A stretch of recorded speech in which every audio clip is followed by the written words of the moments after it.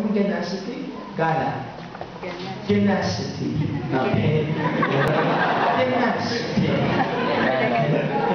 Ganacity. In Christian life, there's no room for lethargy. Ano yung lethargy? Hindi yung tinuro ni Monsignor Andy Valera. Liturgy yun. Ito, lethargy. Pag sinabing lethargy, pananawa. Nagsasawa ka na, nananamlay, nanlalamig. Lethargy. Hindi ko nananawa, nagsasawa, nanlalamig. Yan ang nararamdaman nyo ngayon sa katabi nyo. Nananawa, nagsasawa, nanlalamig. Ang tawag sa katayo na yan, lethargy. Ayan na, ha? Ano, dear? Di ba maganda? Sosyal? Di ba? Ano sitwasyon mo ngayon? Lethargy. Kasi masakit sabihin ayoko na sa'yo. Di ba masakit yun ayoko na sa'yo. Hindi, sabihin mo paano yung saktan, ako'y lethargy. Alam mo na yun.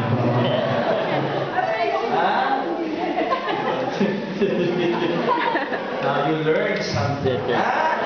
Lethargy. Okay, complacency. And kahit sa relasyon natin sa Diyos at pag-ibig natin sa kapwa, maaaring dumanas din tayo ng lethargy. No? Christians cannot take things in an easygoing way, for the world is always a battleground between good and evil. Hindi ka po pwede lalamya-lamya sa giyera ng buhay laban sa kasamaan. Kasi nga, again, ito ay entry point na naman ng Diablo. Alam ng Diablo na pagka ikaw ay nananawa na, nalalamig na sa iyong relasyon sa Diyos, ano ito? You are susceptible to infection. Bagsak ang immunity mo. Parang sa katawan. Pag ang katawan natin ay may sakit, bagsak ang immune system mo. Tandaan niyo yan. Nagsasawa ng lumaban yung mga antiviral mechanism sa loob ng katawan mo na kailangan supplyan ka ng lakas. Nakukuha mo sa pagkain, nakukuha mo sa vitamins, nakukuha mo sa gamot. Kung ititigil mong lahat ng ito, parang sinasabi mo sa mga bakterya at virus sa labas, welcome to my world. Welcome. Parang pinapapasok mo ang kahinaan para mas lalong maapektuhan ka ng infection. Ganun din sa buhay natin sa relasyon. Kapag may pananawa ka na sa iyong relasyon sa asawa mo, sa pamilya mo, bagsak ang immune system mo. Kaya meron lang isang tao na maglambing sa iyo, tapos ka na. May maglambing lang. May magmukhang dinadamayan ka. May magmukhang concern sa iyo, tapos ka. Sapagkat you are in your lowest moment. Anumang concern na maramdaman mo, mapagkakamalan mo yung pag-ibig. Alternative love. You call it. So, ito ngayon magiging germ ng inyong pagsasama. Germ. Germ. Diba? Inyari yan. Ano ba, kasama mo, tapang-tapang sa'yo.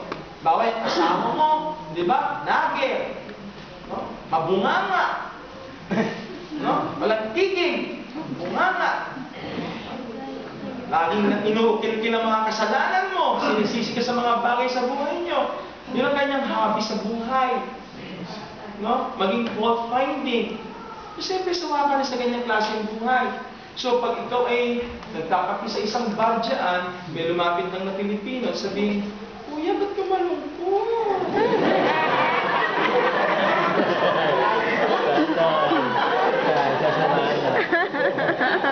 Kuya, ba't ka malungkot?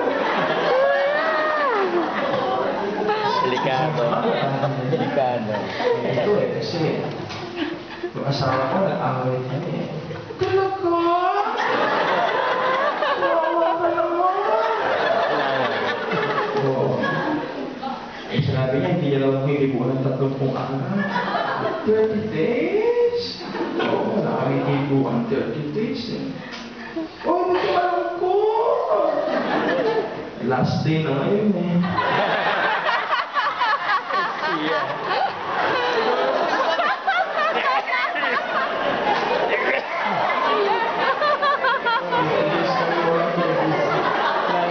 Yung pala'y tuwang-tuwa. Yung pala'y tuwang-tuwa, walang hibuan. Kuya, kawawa ka naman, kuya! Hindi, kuya, baka mag-alala. Nandito lang ako. Ano ba number mo? Ito number ko. Sige, ako na magbabayad ng cappuccino. Yan na. Kasi nakikita niya eh. Susceptible ka eh. Tapos nakikita agad ng babae, ang kinang ng daliri mo, daming sumisip. Kuya! Ano pala iba nakikita sa inyo? Banda mo na yung kuya niya. Una, kuya, pero maya-maya, daddy na yan. Daddy! You are in your weakest point. Kasi nga, yung pananawa, panlalamig is always a fertile ground for infection in service. Infection in dedication and service. Infection even in commitment. Kahit saan mga pare, we are not exempted from that. Malalaman mo yung pare na nangihina sa kanya pagkapare pag nag-iisa. Hindi na umaate ng mga recollection sa retreat ng pare, may sarili na siyang buhay. Di ba? Humihiwalay na siya. Nagmumukhang kawawa. Nagpapamukhang kawawa. So mga kapatid, no? The time is short and life is a preparation for eternity. Hindi ka dapat, maikli lang ang laban. Hindi ka po pwedeng lalamya-lamya. Dapat, merong